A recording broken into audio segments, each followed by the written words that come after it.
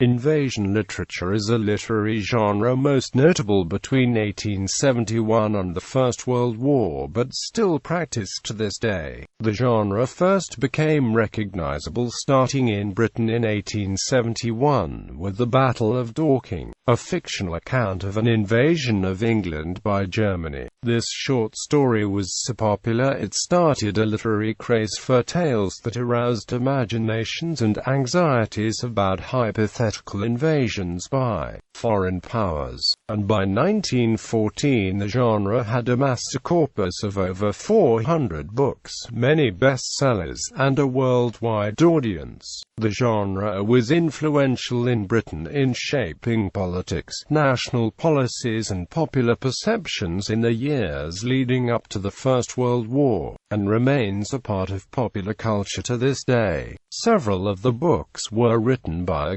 Stricken for military officers and experts of the day who believed that the nation would be saved if the particular tactic that they favored would be adopted. Pre-Dorking, nearly a century before the invasion literature genre became a true popular phenomenon after the publication of the Battle of Dorking in the 1870s. A mini-boom of invasion stories appeared soon after the French developed the hot air balloon. Poems and plays that centered on armies of balloons invading England could be found in France, and even America. However, it was not until the Prussians used advanced technologies such as breech-loading artillery and railroads to defeat the French in the 1870 war that the fear of invasion by a technologically superior enemy became more realistic. In Europe, the Battle of Dorking by George Tompkins Chesney first appeared in Blackwood's Magazine, a respected Victorian political journal read by important British politicians.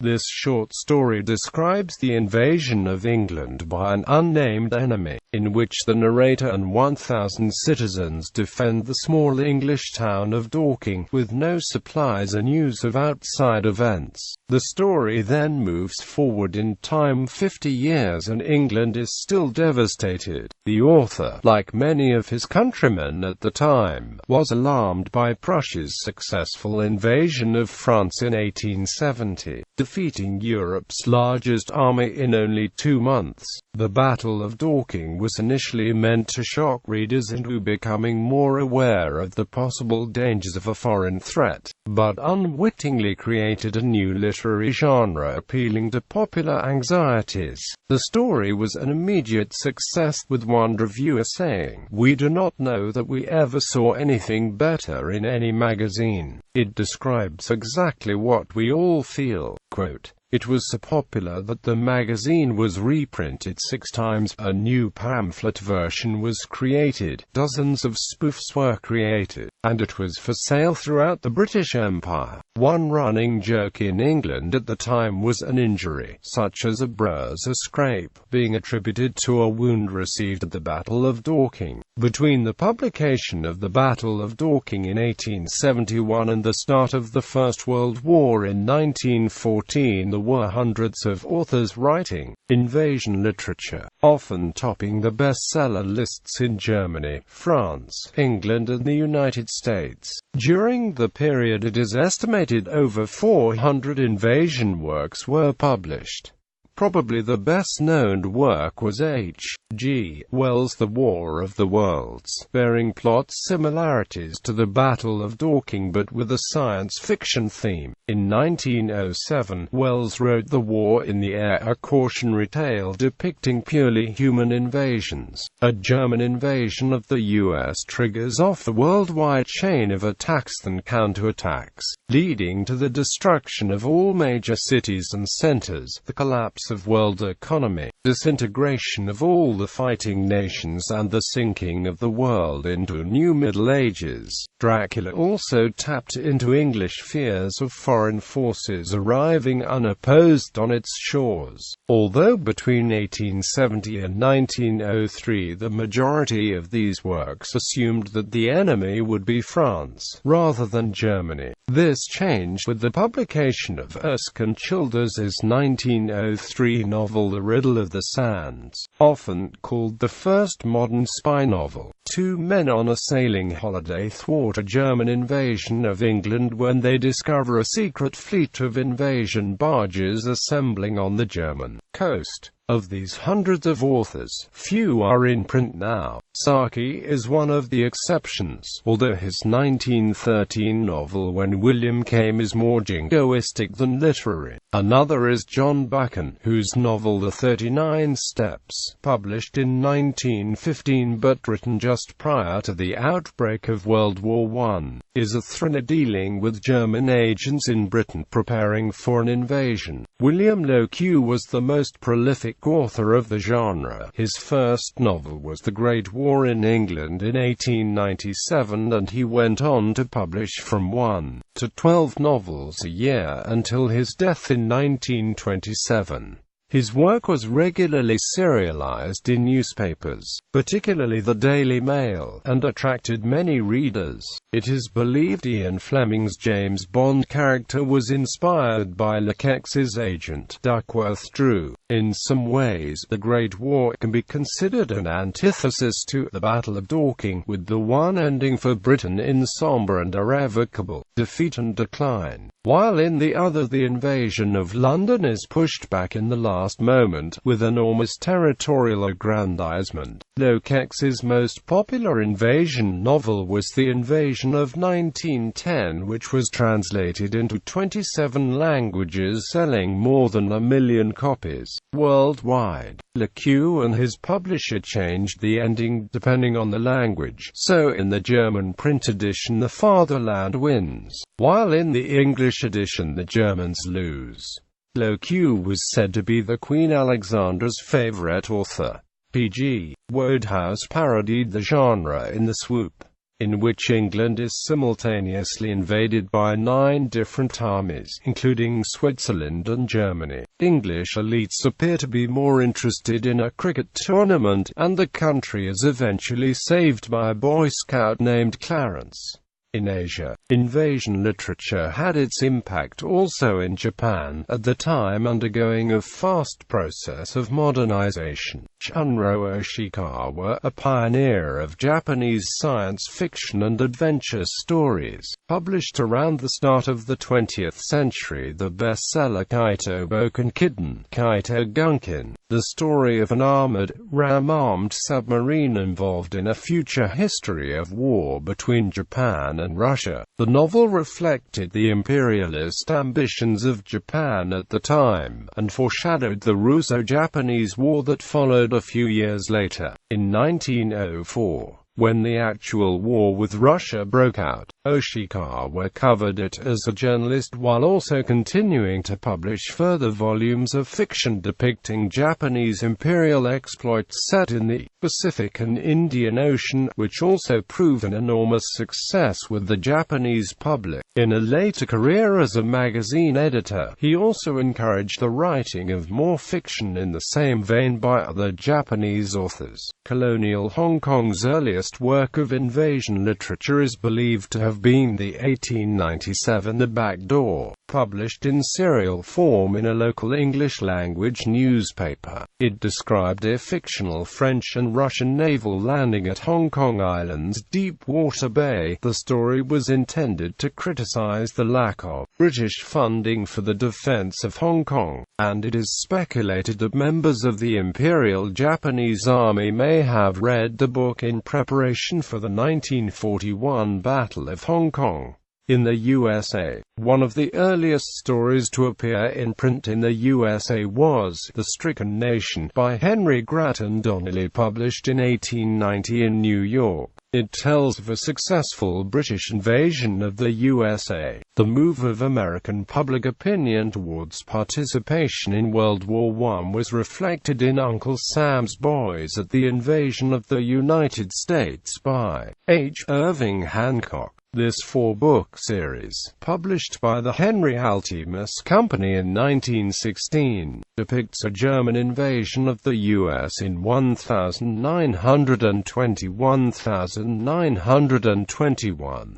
The plot seems to transfer the main storyline of Lokex's The Great War to an American theater. The Germans launch a surprise attack, capture Boston despite heroic resistance by Uncle Sam's boys, overrun all of New England and New York and reach as far as Pittsburgh, but at last are gloriously crushed by fresh American forces. In Australia, Australia's contribution to invasion literature was set against the background of pre-Federation colonial fears of the Yellow Peril and the foundations of the White Australia policy. For the late 1880s through to the beginning of World War I, this fear was expressed in Australia through cartoons, poems, plays and novels. Three of the most well-known of these novels were A White, a Yellow, a story of the race war of AD 1908 by journalist William Lane, The Yellow Wave by Kenneth Mackay, and The Australian Crisis by Charles H. Kermis. Each of these novels contained two major common themes which were a reflection of the fears and concerns within a contemporary Australian context. The Australian continent was at risk of major invasion from a strong Asian power, and that Britain was apathetic towards the protection of its faraway colonies, and would not come to Australia's aid when needed. After World War I, the first Red Scare following World War I produced Edgar Rice Burroughs' The Moon Men, a depiction of Earth under the rule of cruel invaders from the moon. This book is known to have been originally written as Under the Red Flag, an explicit anti-communist novel, and when rejected by the publishers in that form it was successfully recycled by Burroughs as science fiction. Robert A. Heinlein's sixth column told the story of the invasion and conquest of the United States by the technologically advanced Pan-Asians, and the subsequent guerrilla struggle to overthrow them with even more advanced technology. After World War II, fears of communist invasion became even more pronounced in books like Robert A. Heinlein's The Puppet Masters and films like Invasion USA, and a Department of Defense information film released to the general public, Red Nightmare. A more explicit Soviet invasion and occupation is depicted in Jerry Soule's Point Ultimate, where the United States lies prostrate under cruel and degenerate Soviet occupiers, helped by commie American collaborators, but a band of undaunted rebels managed the improbable feat of launching an extensive space program under the Soviets' noses, colonizing Mars and using it as base of operations. Similar themes were continued in the 1980s with Red Dawn and America. During the 1960s, the enemy was changed from the Soviet Union to Red China, where China was shown as behind plots to destroy the American economy with a nuclear weapon in Goldfinger, instigating a war between the USA and USSR in You Only Live Twice, and invading the United States from tunnels dug beneath the ocean in Battle Beneath the Earth. In 1971, when realization of losing the Vietnam War was sinking into the American consciousness, two books appeared almost simultaneously, both depicting a United States under Soviet occupation. In Vandenberg by Oliver Longy, written like Dorking as a cautionary tale, most Americans accept Soviet overlordship without much protest, the only resistance coming from a group of oddballs in a corner of New Mexico. In contrast, in John Ball's The First Team, as in The Great War, a seemingly hopeless situation is retrieved by a band of courageous patriots, with the book ending on a note of uplifting liberation. The Tomorrow series by John Marsden, published between 1993 and 1999, detail an invasion of Australia by an unnamed country from the perspective of a band of teenage guerrillas. Allegory, All Our Tomorrows, resistance to a Soviet occupation of the UK. Political impact. Stories of a planned German invasion rose to increasing political prominence from 1906. taking their inspiration from the stories of Lequeux and Childers. Hundreds of ordinary citizens began to suspect foreigners of espionage. This trend was accentuated by Lequeux, who collected sightings brought to his attention by readers and raised them through his association with the Daily Mail. Subsequent research has since shown that no significant German espionage network existed in Britain at this time. Claims about the scale of German invasion preparations grew increasingly ambitious. The number of German spies was put at between 60,000 and 300,000. It was alleged that thousands of rifles were being stockpiled by German spies in order to arm saboteurs at the outbreak of war. Calls for government action grew ever more intense, and in 1909 it was given as the reason for the secret foundation of the Secret Service Bureau, the forerunner of MI5 and MI6. Historians today debate whether this was in fact the real reason, but in any case the concerns raised in invasion literature came to define the early duties of the Bureau's Home Section. Vernon Kell, the section head, remained obsessed with the location of these saboteurs, focusing his operational plans both before and during the war on defeating the saboteurs imagined by Lequeux. Invasion literature was not without detractors. Policy experts in the years preceding the First World War said invasion literature risked inciting war between England and Germany and France. Critics such as Prime Minister Henry Campbell Bannerman denounced Lequeux's The Invasion of 1910 as calculated to inflame public opinion abroad, and alarmed a more ignorant public at home. Journalist Charles Lowe wrote in 1910, among all the causes contributing to the continuance of a state of bad blood between England and Germany, perhaps the most potent is the baneful industry of those unscrupulous writers who are forever asserting that the Germans are only awaiting a fitting opportunity to attack us in our island home and burst asunder.